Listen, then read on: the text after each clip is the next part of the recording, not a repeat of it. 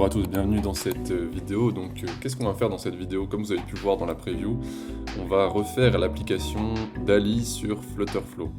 Alors comment ça va se passer? Donc ce qui va se passer, c'est qu'on va utiliser deux call API, donc API call. Un qui va permettre de récupérer le prompt qu'on va écrire sur Flutterflow.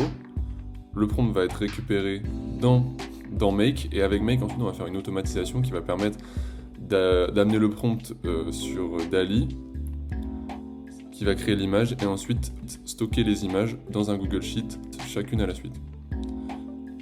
Et ensuite, ce qu'on va faire, c'est qu'on va afficher les images de ce Google Sheet au niveau de notre application, selon une liste ou une colonne, on verra. Sur Flutterflow, on va directement créer un nouveau projet qu'on va appeler DALL-E par exemple. Alors je sais même pas si l'application DALL-E existe vraiment sur le Play Store ou l'Apple Store, mais on va essayer de refaire ça. En tout cas, on va faire une application de génération d'images par l'intelligence artificielle. Alors on est parti. Et donc ce qu'il faut savoir aussi, c'est que pour cette application, on n'aura pas besoin de Firebase, puisqu'on va uniquement utiliser des call API. Alors c'est parti, on va faire lui, je vais le faire en accéléré. Vous pourrez ralentir la vidéo si vous avez certains problèmes pour le créer.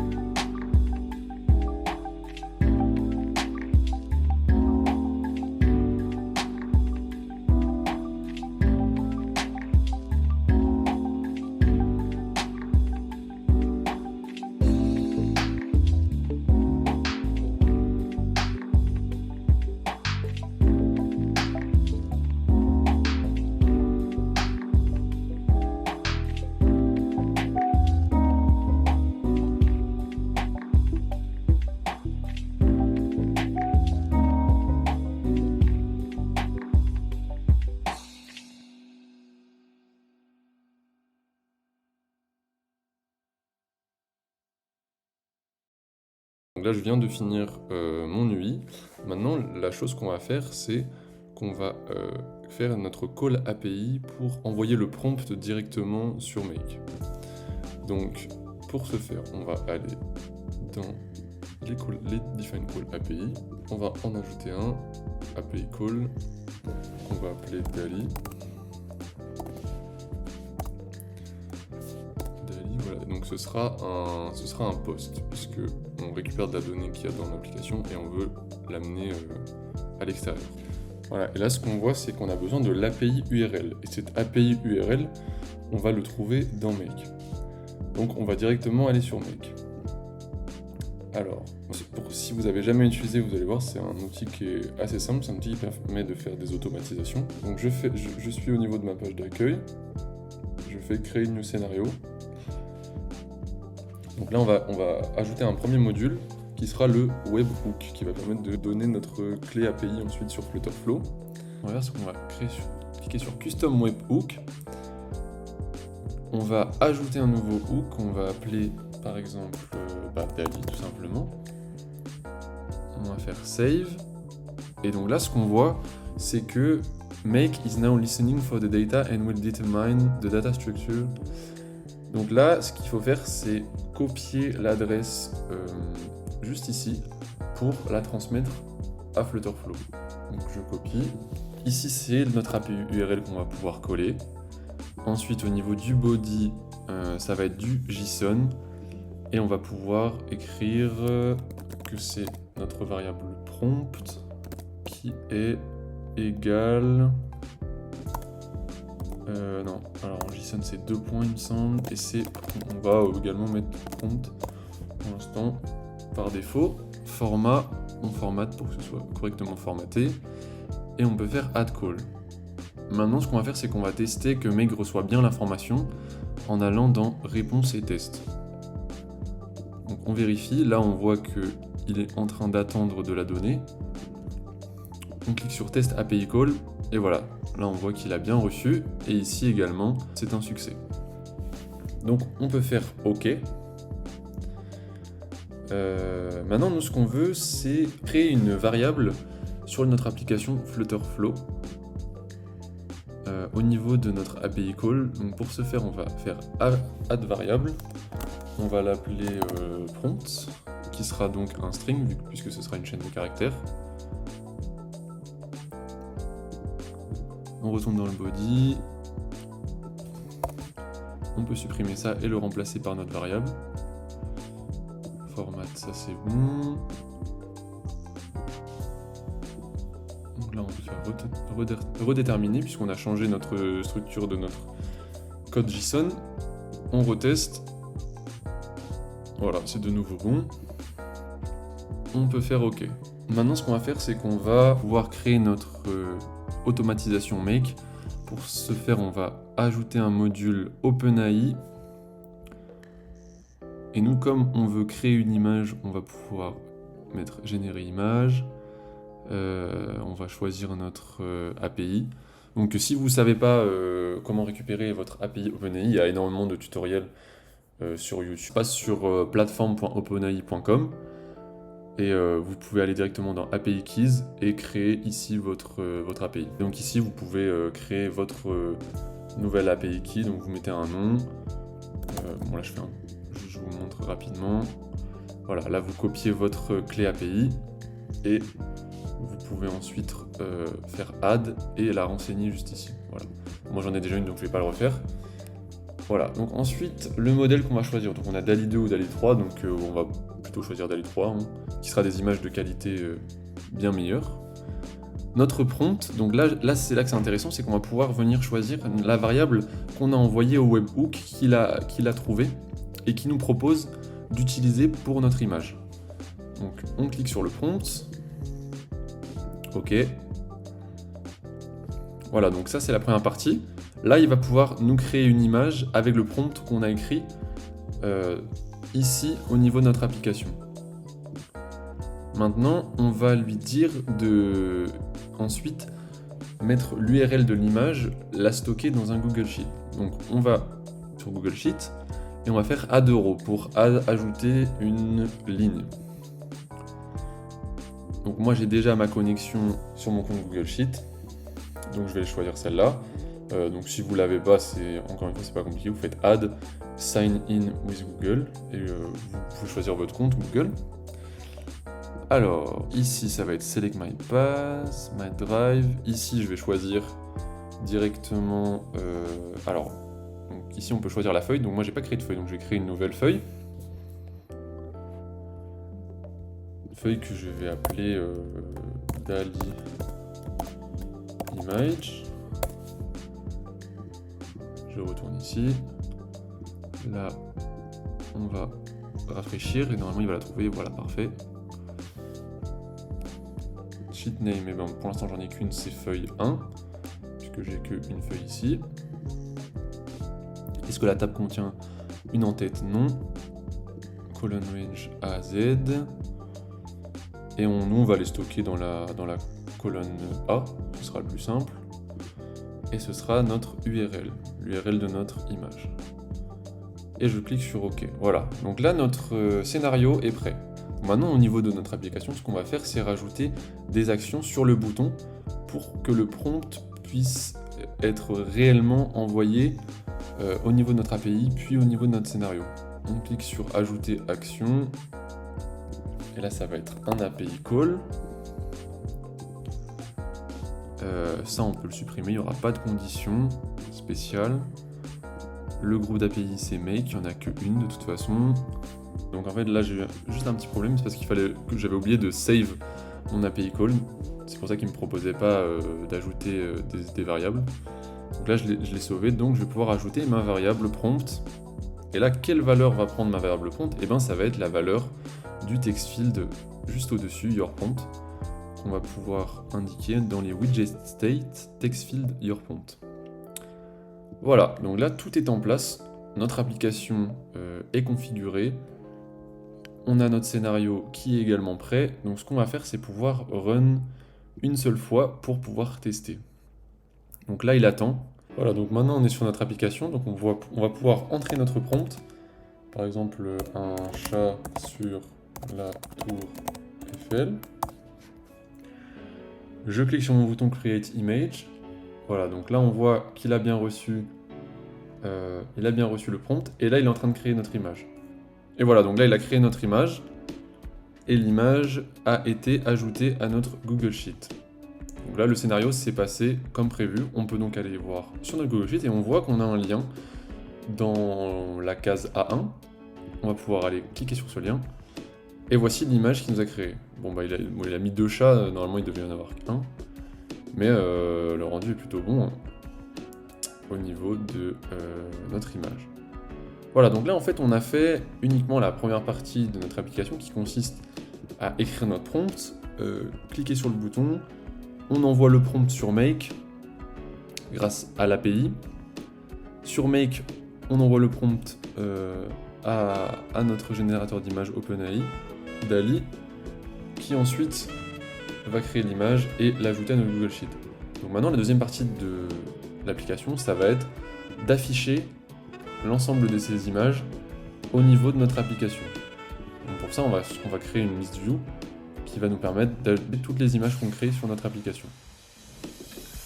Voilà, donc maintenant, nous allons passer à la deuxième partie qui consiste à afficher nos images sur notre application DALL-E. Donc la première chose à faire, ça va être d'aller sur Google Cloud. Google Cloud, c'est ce qui va nous permettre de créer notre API Google Sheet. Donc la première chose à faire, ça va être de créer un nouveau projet. Donc moi j'en ai déjà créé un, mais vous allez juste cliquer ici sur Nouveau projet. Une fois que ce sera fait, il s'affichera juste ici. Donc ensuite, il va falloir aller ici sur les 3 barres et vous descendez, vous cliquez sur API et services, bibliothèque. Donc là, vous avez de nombreuses API disponibles. Et nous, ce qui va nous intéresser, c'est la Google Sheets API. Donc on clique dessus. Et là, donc moi, c'est écrit gérer, puisque je l'ai déjà activé. Mais vous, il faudra juste appuyer sur activer. Voilà. Ensuite, il va donc falloir créer notre clé API. Donc on va aller dans les identifiants. Encore une fois, moi ici, je l'ai déjà créé, mais je vais en recréer une juste pour vous montrer comment faire. On fait créer des identifiants, création de la clé API. Elle va s'afficher comme ceci, juste ici. Et on va la modifier pour lui appliquer des restrictions. On va cliquer sur restreindre la clé. Et on va chercher Google Sheets API. Voilà, parfait. On enregistre. Et là, c'est bon, notre clé est prête. Donc il y a également la possibilité de la renommer.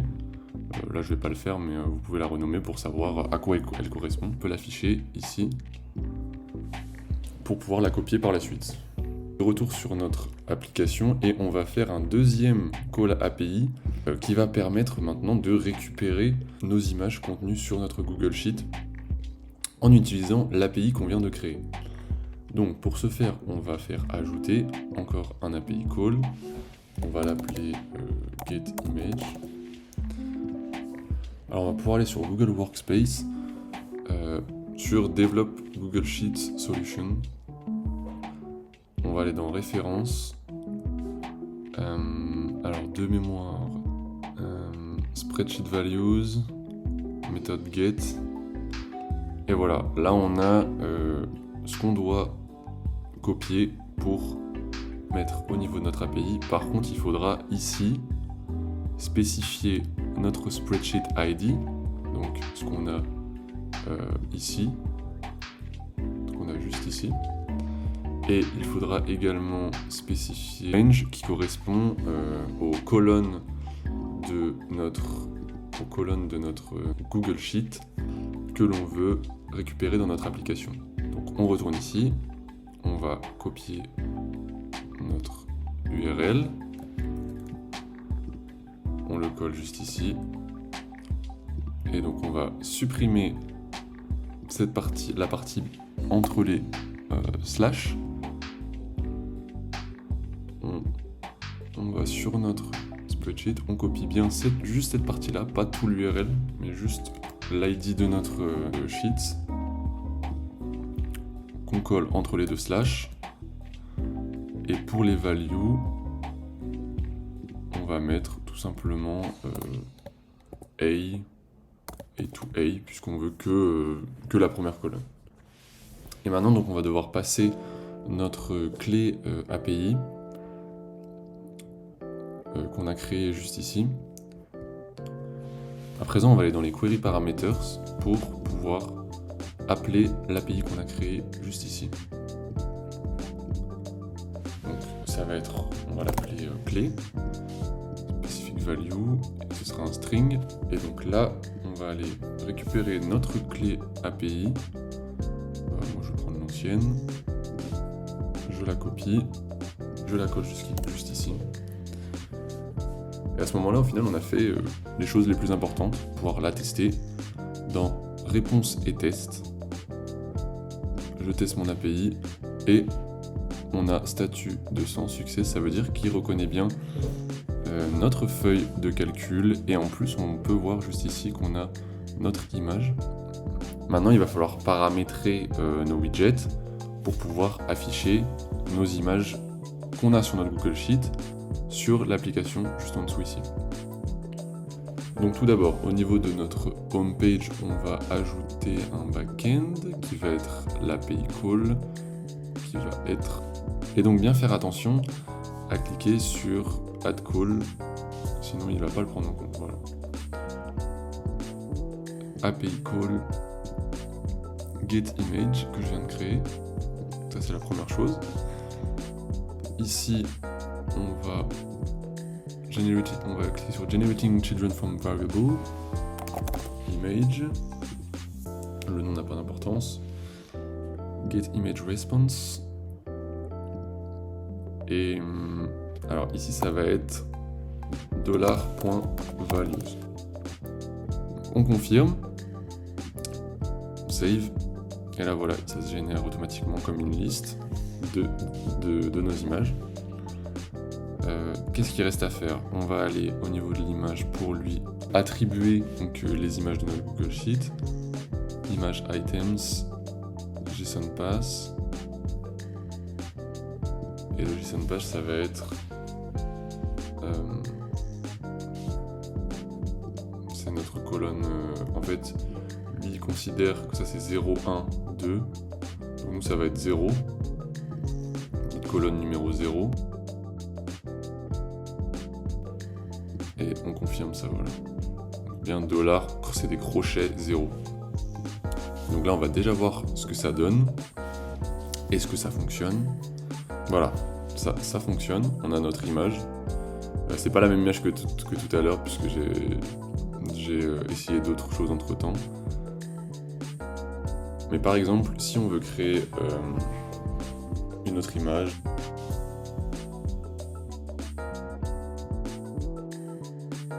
là, normalement, il va y avoir un problème, c'est que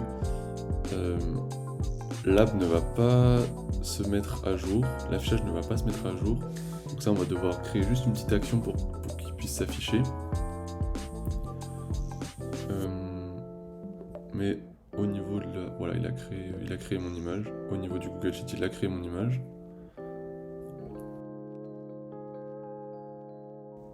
Donc pour ce faire, on va rajouter quelques actions. Juste ici, pour l'instant, on en a une seule. Ce qu'on va faire, c'est que comme l'image se crée environ en 20 secondes, on va créer une action qui va être de wait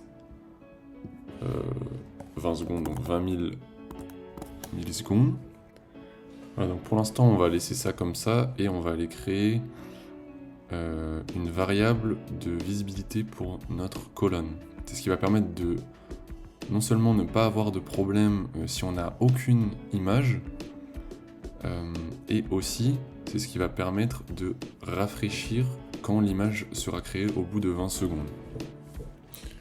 Donc pour ce faire, je vais sur ma home page, local variable, je vais l'appeler colonne view. Type ce sera un booléen. Est-ce qu'elle est visible ou est-ce qu'elle n'est pas visible? On initialise sur false. Et donc là, au niveau de nos actions, on va rajouter une action qui va être update page state. La colonne view, on va set value to true. Donc là, c'est un petit hack qui va permettre de rafraîchir notre colonne 20 secondes après avoir envoyé notre prompt. Une dernière chose à faire va être de rendre scrollable notre colonne ici. Sinon, on va avoir un petit problème si on a une troisième image. Instant reload. Lion in the moon. Par exemple. Voilà, et donc là, ce qui est bien en plus, c'est qu'il va charger pendant 20 secondes. Et normalement, quand ça va se terminer, l'image va apparaître en dessous.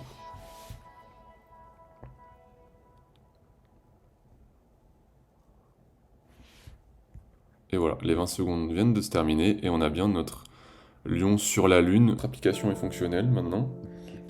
Donc évidemment, il y a la possibilité d'avoir plusieurs améliorations, comme par exemple de pouvoir supprimer les images que l'on ne veut pas garder, de pouvoir enregistrer celles qu'on veut, de pouvoir enregistrer sur notre téléphone les images qui nous plaisent également. Mais voilà, ce sera tout pour cette vidéo. Merci de l'avoir regardé, j'espère que vous aurez appris pas mal de choses dans cette vidéo. Et n'hésitez pas à me dire si vous avez des idées justement d'amélioration pour cette application, qui au final est juste... là on a juste l'essentiel. Donc on verra par la suite si on l'améliore ou non.